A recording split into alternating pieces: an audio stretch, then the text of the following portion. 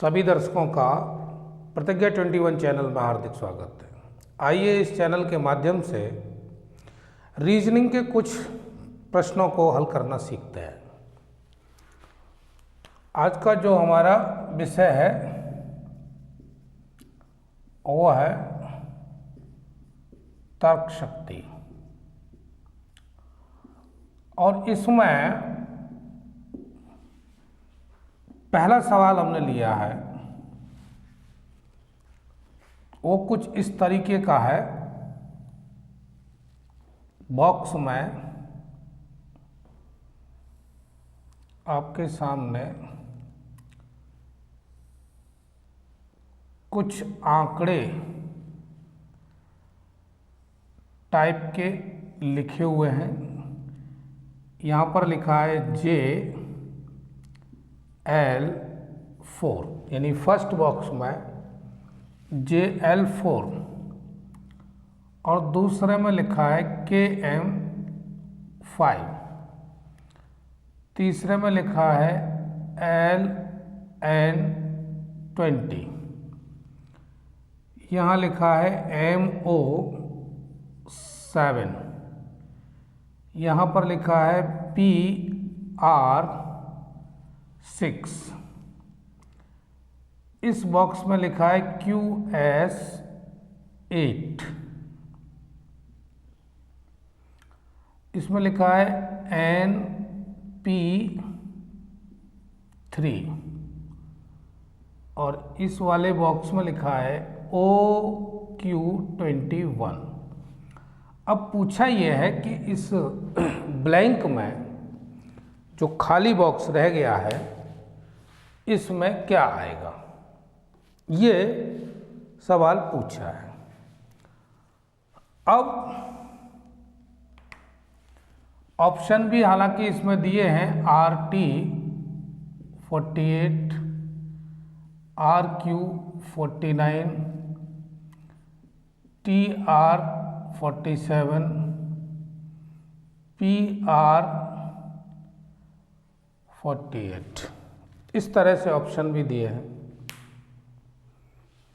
तो पूछा है इसमें क्या है। अब इस तरह के जब सवाल आते हैं रीजनिंग के, तो वहाँ एक सवाल दिमाग में रहना चाहिए कि जो सवाल दिया है उसका पैटर्न उसी प्रश्न के अंदर होगा, और यदि वो पैटर्न समझ में आ गया तो ये क्वेश्चन निकल जाएगा। जैसे इसी सवाल को लेते हैं, JL लिखा है इस फर्स्ट बॉक्स में और यहाँ लिखा है KM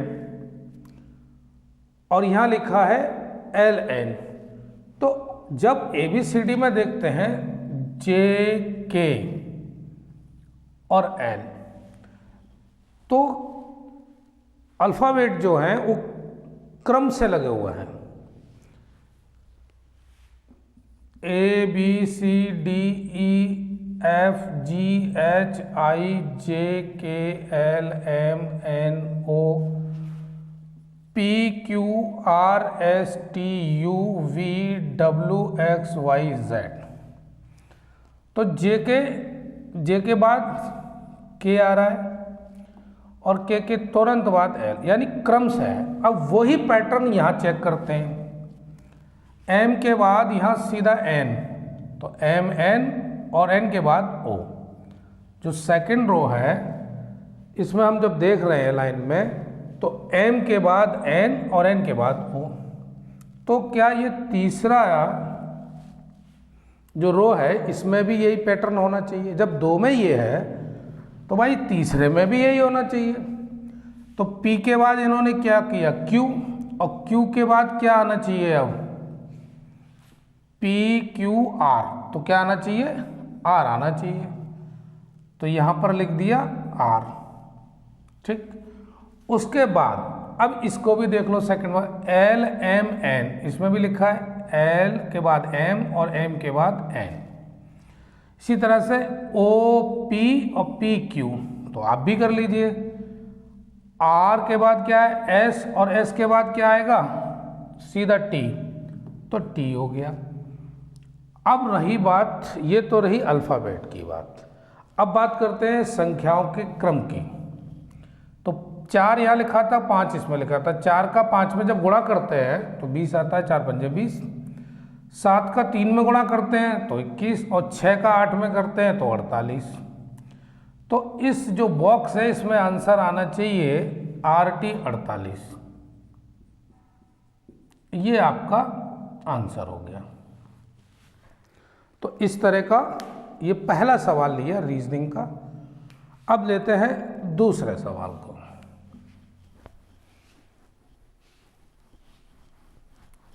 दूसरा प्रश्न,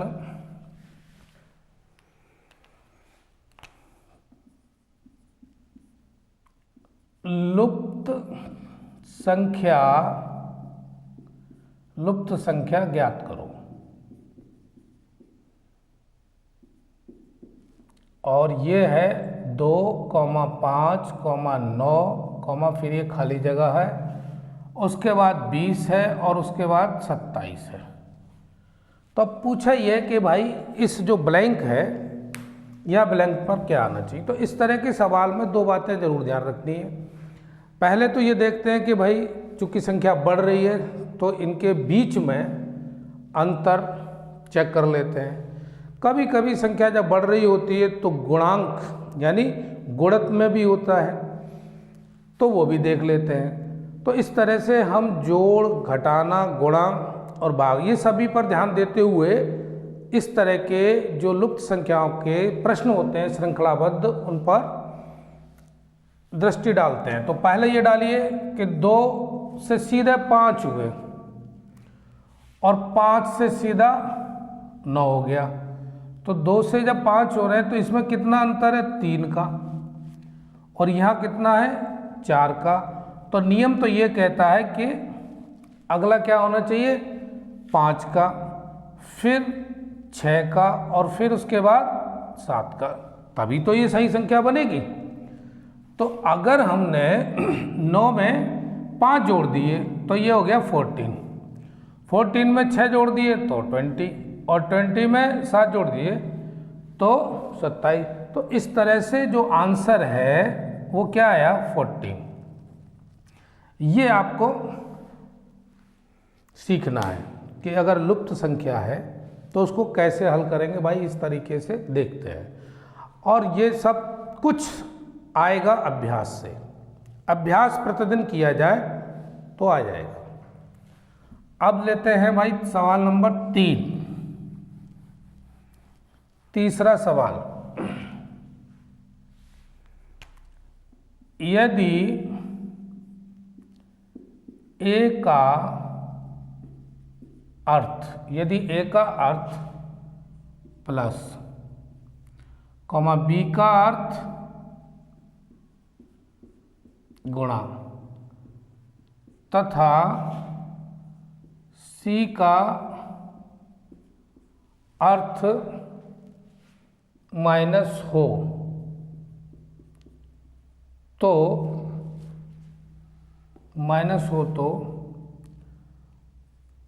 9B9 और ये ब्रैकेट में बंद है। उसके बाद A 7A 8A और 9, फिर उसके बाद इसी क्रम में लिखा हुआ है, इस ब्रैकेट में लिखा है 9B9 A 7A 8A और फिर 9 लिखा हुआ है, और फिर C 3B3 ब्रैकेट में इस तरह से सजे हुए हैं। का मान ज्ञात करो, का मान ज्ञात करो। अब ये बन गया आपके सामने प्रश्न। चूंकि ये कह रहा है कि एक अर्थ प्लस, तो हमारा काम सिर्फ ये है कि जहाँ जहाँ A लिखा है वहाँ वहाँ प्लस का साइन लगा दें, और जहाँ जहाँ B लिखा हुआ है वहाँ गुणा का निशान लगा दें, और जहाँ C लिखा हुआ है वहाँ माइनस का निशान लगा दें। पहले इतना काम करें। 9 और B यहाँ लिखा हुआ है तो गुणा 9, A लिखा हुआ है प्लस दूसरा 7 ये यहाँ लिखा हुआ है तो प्लस लगा दीजिए 8, फिर यहाँ भी लिखा हुआ है प्लस तो यहाँ भी प्लस कर दीजिए, ये लिखा हुआ है और ये ब्रैकेट। अब सी की जगह पर यहाँ माइनस लगाना है क्योंकि सी का अर्थ माइनस दिया हुआ है 3 और बी का अर्थ क्या है गुणा, तो ये लिख दी। अब ये पूरा सवाल में हमने क्या किया है, सिर्फ इतना किया है कि जो अल्फ़ाबेट जिस गणितीय चिन्ह को बता रहा है वो लगा दिया हमने, और कोई काम नहीं किया अब तक। अब हमारा अगला कदम होगा, वो क्या होगा कि इसको कैलकुलेट करना। अब इसको कैलकुलेट करने के लिए अब यहाँ गुणा हो रहा है तो ये तुम भी गुणा कर दो भाई, 81 लिख दो। उसके बाद ये जोड़ना है तो कितना हुआ 8 और 7, ये कितना हो गया 15 हो गया, 8 और 7 15, 15 में 9 जोड़ेंगे तो कितना हो जाएगा ये 24 हो जाएगा। 15 में 9 जोड़ेंगे तो कितना 24, और ये हो गया 3 दिया 9। इसके बाद इन दोनों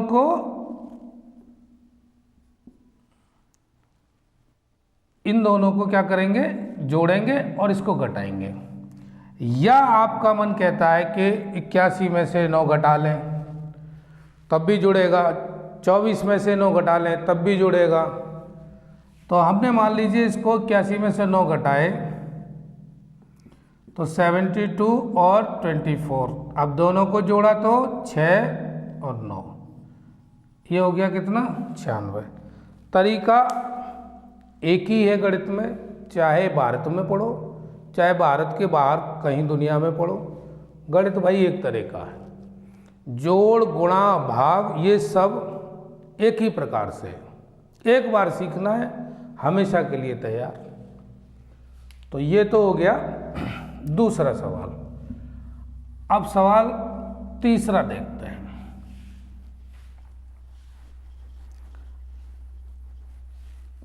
तीसरा सवाल है एक घड़ी 1 बजे एक बार, एक घड़ी 1 बजे एक बार, 2 बजे 2 बार, 3 बजे 3 बार बजती है।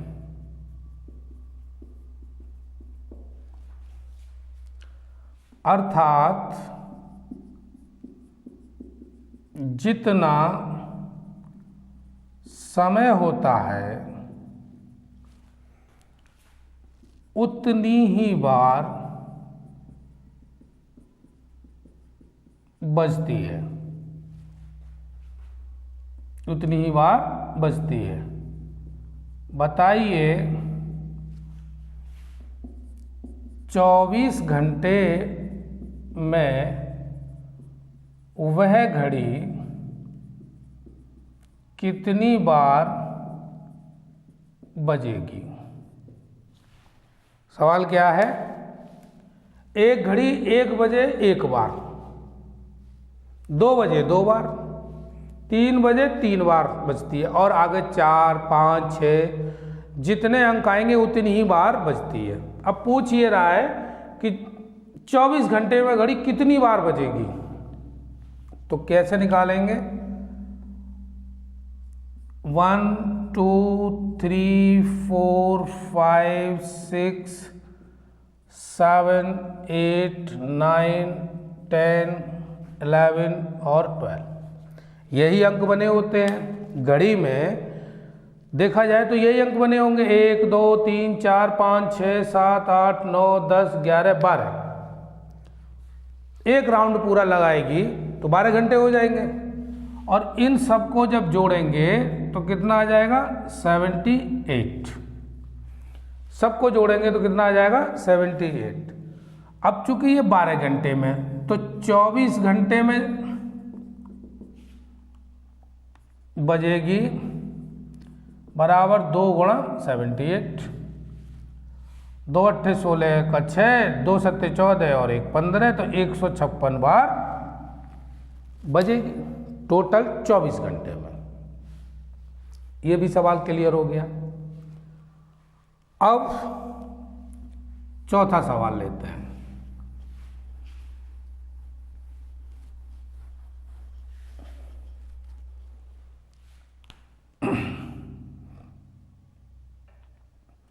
अगला सवाल है हमारा 29 तथा 39 के बीच, 29 तथा 39 के बीच ठीक मध्य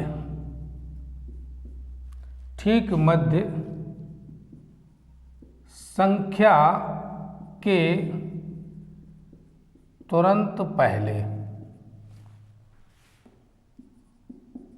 कौन सी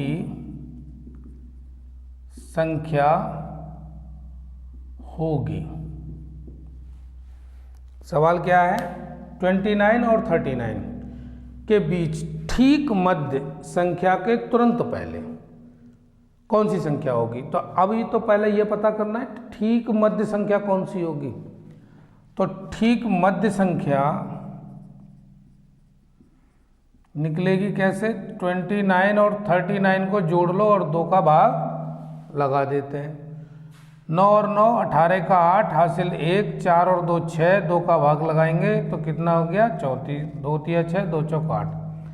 अब कह रहा है ठीक मध्य संख्या के तुरंत पहले, तो 34 से पहले कितना आता है? 33। तो आंसर हुआ आपका ये 33। सवाल क्लियर हुआ? समझ में आया होगा? 29 और 39 के बीच ठीक मध्य संख्या के तुरंत पहले कौन सी संख्या होगी? तो पहले निकालना मध्य संख्या, और वो संख्या आई 34, उससे ठीक पहले कितनी हो गई? 33 हो गई। अब अगला प्रश्न,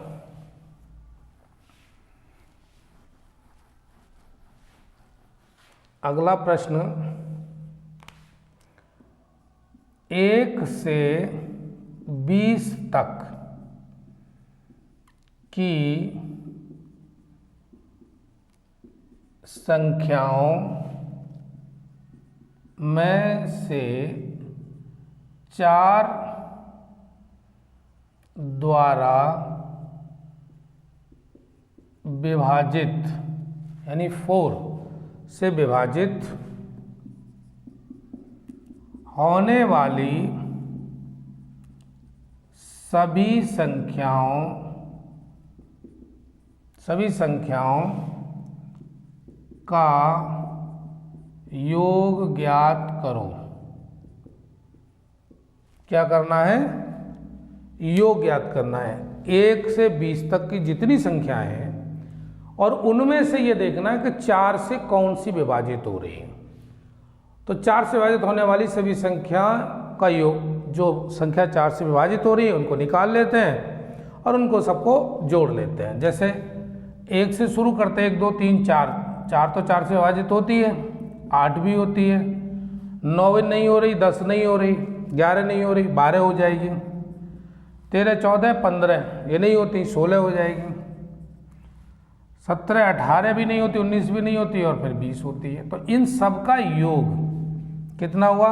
8 और 4 12, 12 12 12 24, 24 और 16, 24 और 16 कितने हो गए?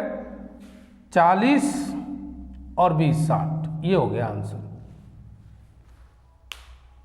4 और 8 12, 12 दूनी 24 हो जाएगा, जोड़ेंगे, और उसमें 16 और जोड़ देंगे, तो 24 और 16 कितने हो गए?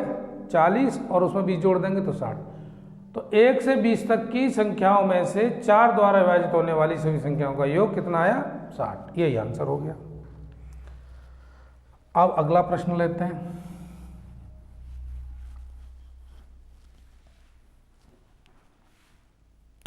यदि 83 plus 87 is equal to 80, 77 plus 57 is equal to 84 comma 84 हो तो 95 प्लस 47 इज इक्वल टू क्या आएगा, ये आपको मान ज्ञात करना है।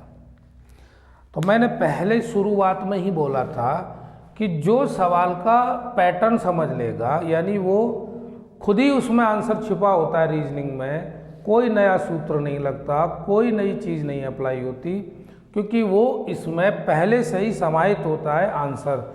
हमारे पास वो दृष्टि होनी चाहिए कि इसके में जो पैटर्न है वो समझ में आ जाएगा तो सवाल निकल जाएगा, अगर पैटर्न समझ में नहीं आया सवाल नहीं निकलेगा। सीधा सा इसका एक तरीका यही है। तो अब इसमें करना क्या है, 83 इंटू प्लस 83 इंटू 7 यानी 8 इंटू 3 और 8 इंटू 7, इन दोनों को मल्टीप्लाई किया, ये आया 24 और ये आया 56। 8 का 3 में गुणा किया और 8 का 7 में गुणा किया, क्योंकि यहाँ 83 था, यहाँ 87 था। तो 24 और 56 दोनों को जोड़ेंगे, 6 4 10 का 0, हासिल 1 80, ये आ गया 80। ये हमारी समझ में आया कि इसने क्या किया है, इन दोनों संख्याओं को गुणा करके जोड़ दिया। अब इसको 77 को देख लो, ये क्या कह रहा है, तो 7 इंटू 7 प्लस 5 इंटू 7, ये 49 हो गया और 7 पंजे 35 हो गया। 9 और 5 जोड़ेंगे, 14 का 4, हासिल 1, 84 हो गया। अब दोनों तरीके से हमने ये जो पैटर्न दिया था वो हमने चेक कर लिया। अब हमसे जब पूछा है ये, तो हम भी कर लेंगे इसी तरह। 9 इंटू 5 प्लस 4 इंटू 7, 9 पंजे 45 हो गया और 4 सत्ते 28 हो गया। अब 45 और 28 जोड़ना बाकी रह गया है, तो 8 और 5 13 का 3, हासिल लगा 1, 4 और 3 7, तो आंसर क्या आया 73। तो इस तरह का जो भी प्रश्न होगा रीजनिंग का, उसमें आप पहले पैटर्न समझें, देखें कैसे वो दे रहा है और उसी आधार पर हम निकालेंगे। तो बस इतना ही समझना बाकी होता है। अगला प्रश्न है हमारा,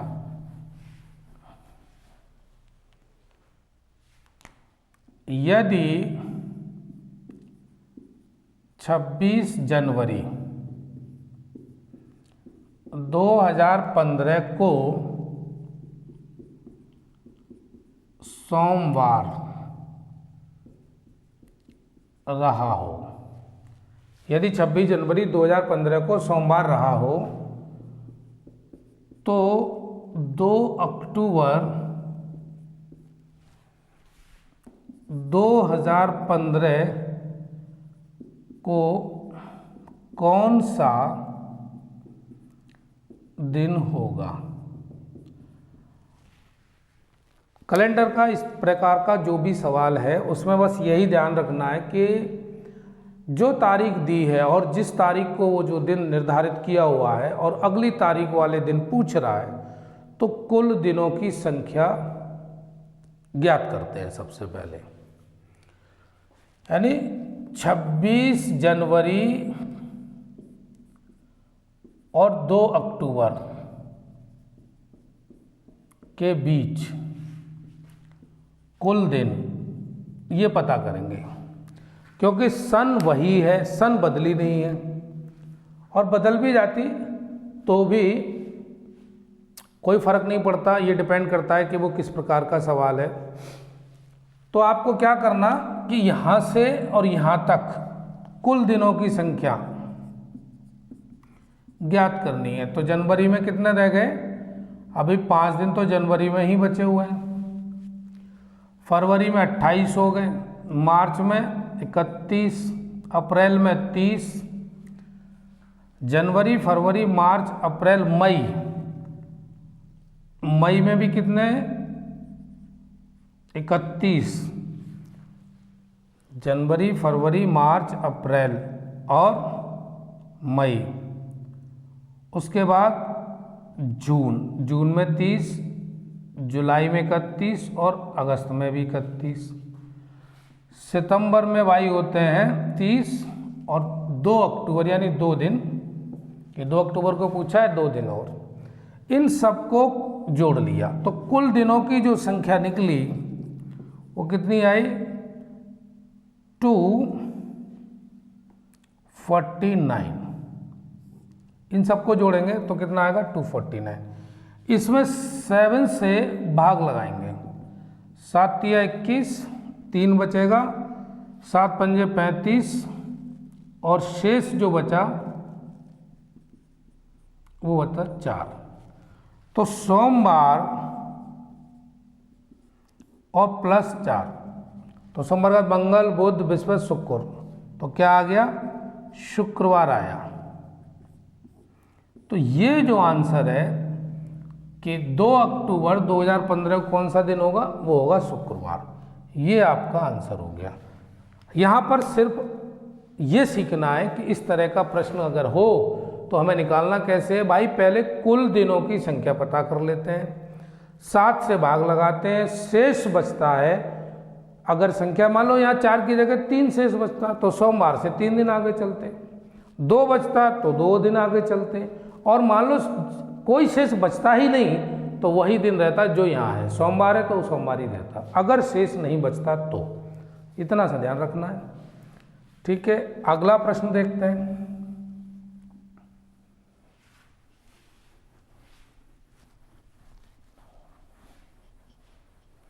अगला प्रश्न है हमारा, यदि DEAR को 28 के रूप में कूटबद्ध किया जाए तथा FACE को 15 के रूप में कूटबद्ध किया जाए तो HIGH को किस रूप में कूटबद्ध किया जाएगा। सवाल हमारे सामने ये है कि जो पहला वर्ड दिया है डियर, DEAR, इसको 28 के रूप में कूटबद्ध किया, फेस को 15 के रूप में कूटबद्ध किया, तो पूछ रहा है हाई को किस रूप में कूटबद्ध किया जाएगा। अब ये पता हो कि ये 28 कैसे किया है कूटबद्ध, या फेस को 15 कैसे किया, जब ये पता चल जाएगा तो उसी हिसाब से इसको कर लेंगे। और पता करना बेहद आसान है, जब आपने ABCDEFGH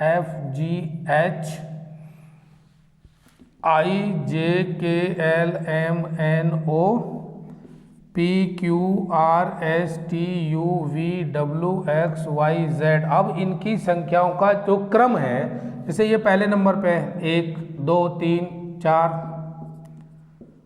5 6 7 8 9 10, ये लास्ट 26, और इस तरह से इनके जो अल्फ़ाबेट हैं उनका क्रम, वो ही इन्होंने क्रम को जोड़ दिया है, ठीक है। तो अब ये सारा क्रम देख लेते, 1 2 3 4 5 6 7 8 9 10 11 12 13 14 15 16 17 18 19 20 21 22 23 24 25 और लास्ट 26। अब पहले चेक करो डियर, DEAR, डी कौन से नंबर पर है, 4 नंबर पर, ई कितने नंबर पर है, 5 नंबर पर, ए पहले नंबर पर, और आर कितने नंबर पर है, 18 नंबर पर। अब इन सबको जोड़ लो, 4 5 9 और 1 10, 10 और 18 कितने होते हैं, 28। भाई क्लियर हो गया, इन्होंने क्या किया कि अल्फ़ाबेट के जो क्रम है उनको जोड़ा।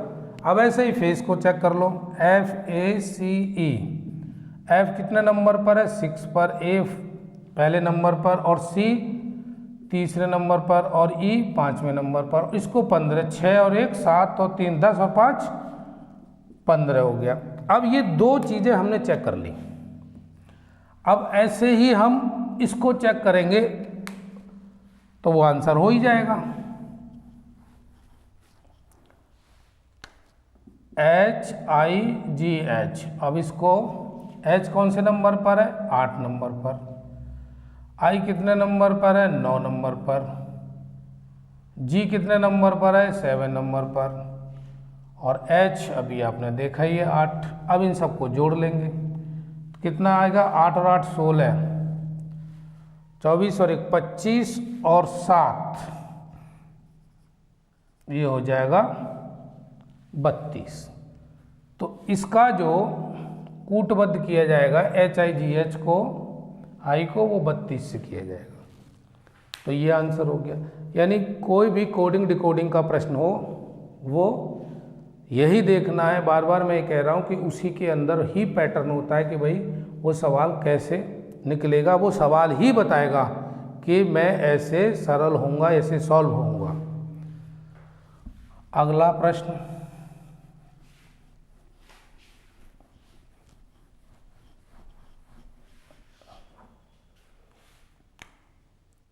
नीचे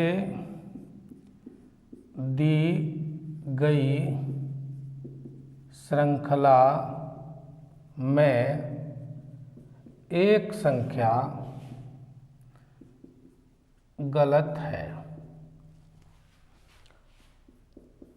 गलत संख्या ज्ञात करो। अब श्रृंखला कौन सी है, 121, 143, 165, 186, 209। अब पूछ ये रहा है कि ये जो श्रृंखला दी हुई है इसमें कोई एक संख्या भाई गलत है, तो वो गलत संख्या ढूंढनी है, कौन सी है। अब यहाँ पर 121 से 143 हो गया, तो कितना अंतर है यहाँ, 121 143, 2 और 2 यानी 22 का अंतर है। अगर हमने 121 में 22 जोड़ते हैं तो कितना आता है, 143, और 143 में 22 जोड़ेंगे तो 5 हो गया, अच्छा 165 हो गया। 165 में अगर 22 जोड़ते हैं तो कितना आता है, 2 और 5 7 हो गया, 8 हो गया और 1। अब 187 में अगर 22 जोड़ते हैं तो कितना हो गया, 209, क्योंकि 2 और 7 9 ही होते हैं, 8 और 2 10 का 0, हासिल 1, 209। तो यहाँ देखने को मिला कि 187 आ रही है, ये संख्या जो आ रही है, यहाँ पर 187 होना चाहिए, जबकि दिया कितना, 186।